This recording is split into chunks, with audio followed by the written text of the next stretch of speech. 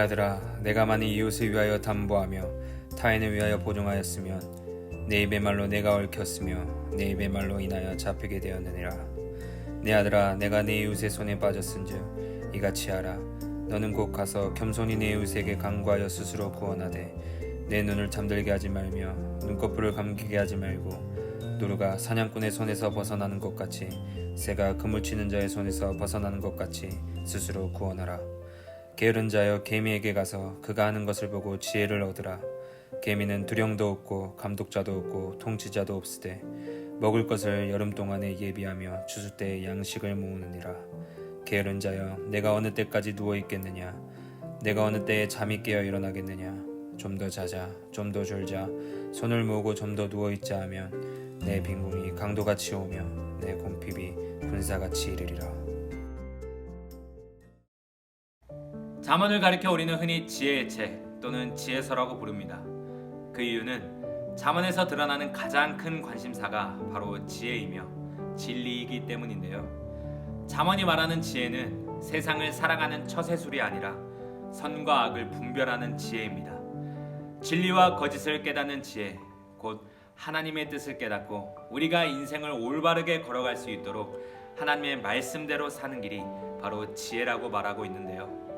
그리고 이러한 잠언을 통해 분명 깨닫게 되는 것은 하나님은 우리가 지혜 있는 자가 되기를 원하시며 그 지혜의 근본은 하나님을 경외하고 두려워하는 삶이라는 사실입니다. 솔로몬은 잠언에서 이러한 주제를 가지고 계속해서 아들에게 교훈하며 인생을 살아가는 참 지혜에 대해 가르쳐주고 있습니다. 그 중에서도 오늘은 보증을 서는 자의 어리석음과 게으른 자의 결과에 대해서 나누고 있습니다.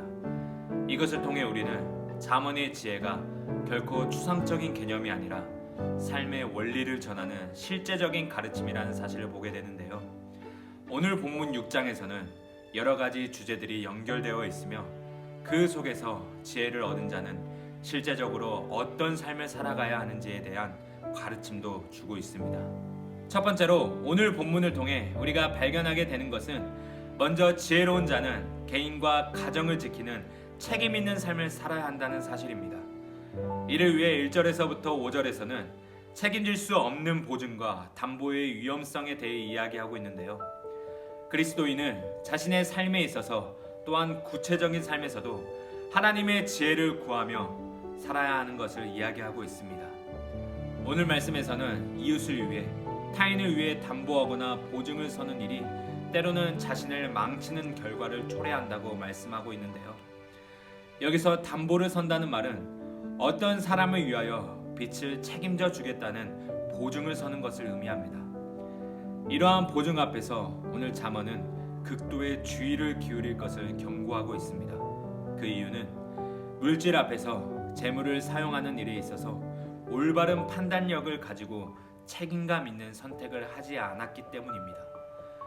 보증은 하나님이 세우신 창조 질서를 뛰어넘어 자신의 능력 이상의 것을 누군가에게 약속하는 행위입니다. 성경은 이것이 하나님이 주신 재물뿐만 아니라 가정과 개인의 삶에 치명적인 영향을 주는 위험성이 있다고 경고합니다. 그러면서 성급한 판단이나 경솔한 선택을 금하고 신중을 기해야 함을 말씀하고 있습니다. 특별히 본문 2절에서는 말의 중요성에 대해 강조하고 있는데요.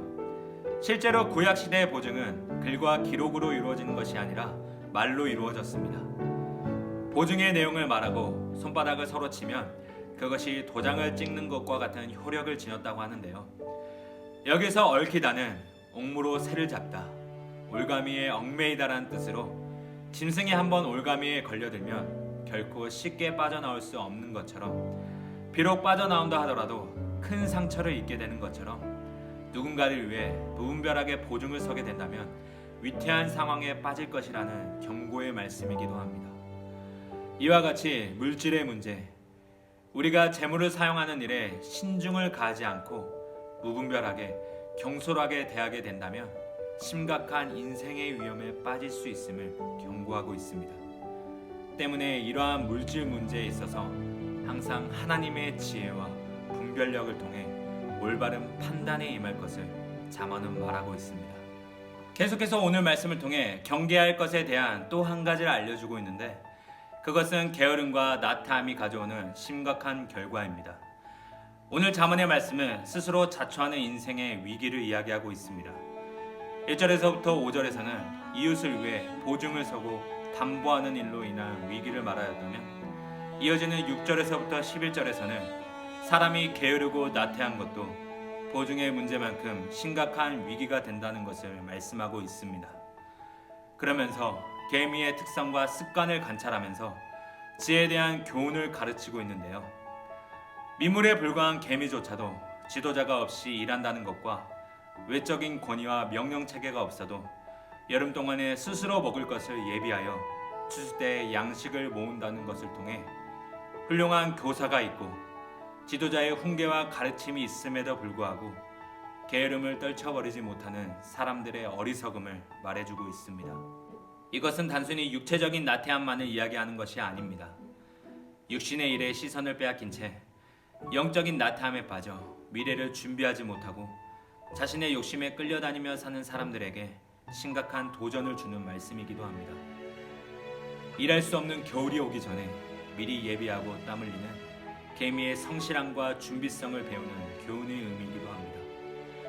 그런 개미에 비해 하나님의 형상대로 지음받은 사람이 게으름과 나태함으로 허송세월을 보내고 있다며, 그것은 하나님 앞에 분명한 죄의 이유가 되며 결국 이러한 교훈을 통해 게으름과 나태함을 벗어나 하나님께서 우리에게 허락하신 소중한 시간이라는 기회를 결코 놓치지 말아야 할 것을 잠언은 이야기해주고 있는 것이지요. 오늘 말씀에서 우리는 지혜로운 사람이 경계해야 할 두 가지에 대해 알아보았습니다. 하나는 누군가를 위해 보증을 서는 일이고, 다른 하나는 게으름과 나태함의 일이었습니다. 그리고 더 나아가 잠언은 이 두 가지가 가져올 심각한 위기에 대해 이야기합니다. 그러한 위기에 앞서 지혜자들이 품어야 할 것은 나의 인생을 자신하지 않고 늘 하나님 앞에 겸손하게 지혜와 분별력을 구해야 할 것임을 잠언은 이야기합니다. 또한 우리에게 허락하신 소중한 시간 속에서 게으름과 나태함으로 육신의 만족만을 추구하는 삶이 아닌 부지런함과 성실함의 지혜를 얻어 영혼을 위해 오늘을 심어가는 삶이 되기를 원합니다. 그리하여 주님이 일러주시는 이 지혜를 가지고 인생을 준비하고 세워가는 삶이 오늘 저와 여러분에게 있기를 간절히 소망합니다. 사랑의 하나님 아버지, 감사합니다. 오늘도 우리에게 허락하신 지혜의 말씀을 통해 한 주간 승리하게 하여 주시옵소서.